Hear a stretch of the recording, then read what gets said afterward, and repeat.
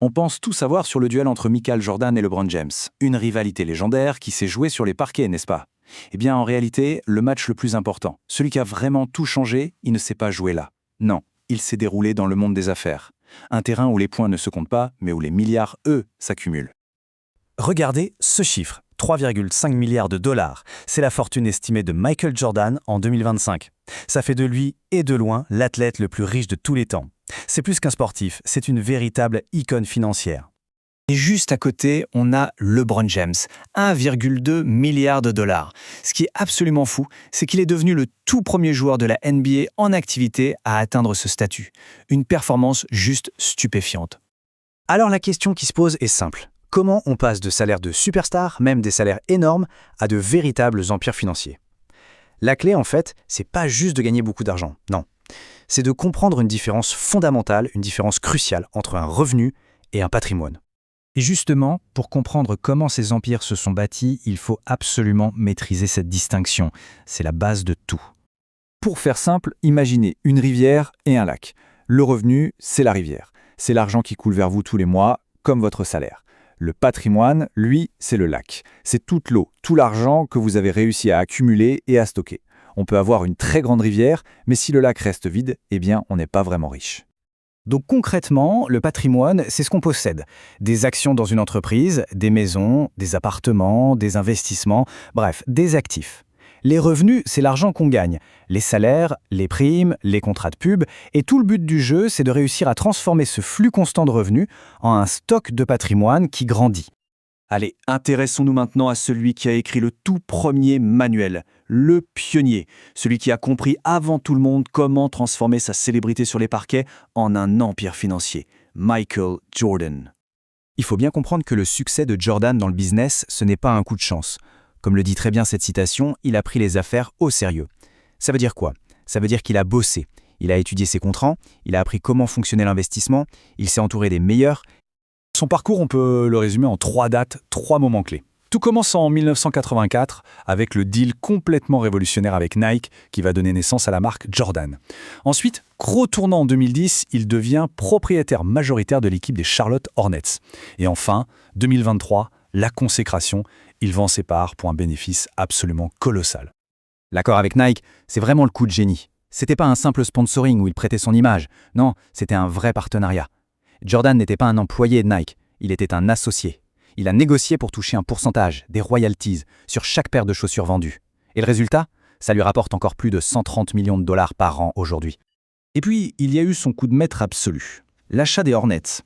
En 2010, il met sur la table environ 275 millions de dollars. 13 ans plus tard, il revend sa participation pour quasiment 3 milliards. Faites le calcul, il a multiplié sa mise de départ par 10. Voilà, ça c'est de la création de patrimoine à l'état pur. Passons maintenant à LeBron James. Ce qui est fascinant avec lui, c'est qu'il a étudié le modèle de Jordan, il l'a décortiqué et il l'a fait évoluer pour le porter à un niveau encore supérieur. Tout ça en continuant à être le meilleur joueur du monde sur le terrain. La réponse, elle tient en une seule philosophie. Une idée simple mais terriblement puissante qui a guidé absolument toutes ses décisions en dehors du basket. Sa philosophie, la voilà. Toujours privilégier les parts de capital, l'equity comme on dit, à l'argent facile et immédiat. En gros, pourquoi prendre un gros chèque tout de suite quand on peut posséder une petite part d'une entreprise qui vaudra peut-être 100 fois plus demain? Prenons un exemple concret, son accord avec les casques Beats by Dre. On lui a proposé un joli chèque pour être leur ambassadeur, il a dit non. À la place, il a demandé des parts dans la société. Bonne idée? Quand Apple a racheté Beats quelques années plus tard, LeBron a empoché entre 30 et 50 millions de dollars. Voilà ce que c'est, la vision à long terme.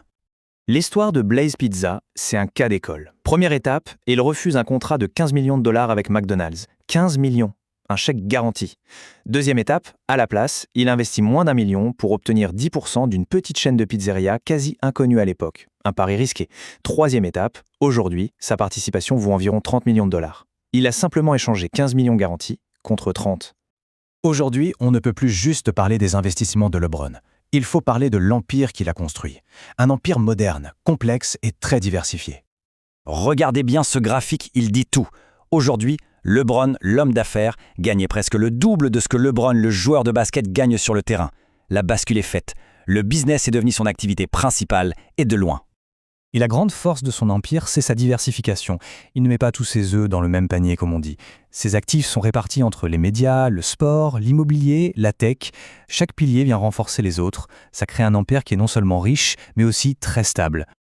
Son influence, elle va bien au-delà du basket. Il a sa propre boîte de production, Spring Hill, qui est évaluée à plus de 700 millions de dollars. Il est copropriétaire de clubs de sport mythiques comme le club de foot de Liverpool ou l'équipe de baseball des Boston Red Sox.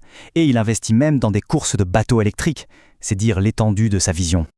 Bon, alors après avoir analysé ces deux parcours incroyables, qu'est-ce qu'on peut vraiment retenir? Quels sont les grands principes de ce guide de l'athlète milliardaire? Si on devait résumer leur guide en une seule idée, ce serait celle-ci. Un changement radical de mentalité. Il ne s'agit plus d'être un simple employé ou un visage sur une affiche de pub. Non, il s'agit de devenir un propriétaire, un partenaire, un actionnaire. C'est là, et seulement là, que se trouve le véritable levier pour bâtir une fortune qui dure. Au final, Jordan a écrit le plan original. LeBron l'a étudié, l'a perfectionné et l'a adapté à l'ère moderne. Ça nous laisse avec une dernière question, une question en suspens. Quel athlète aujourd'hui sera le prochain à s'emparer de ce guide pour, à son tour, redéfinir les règles du jeu? L'histoire n'est pas terminée.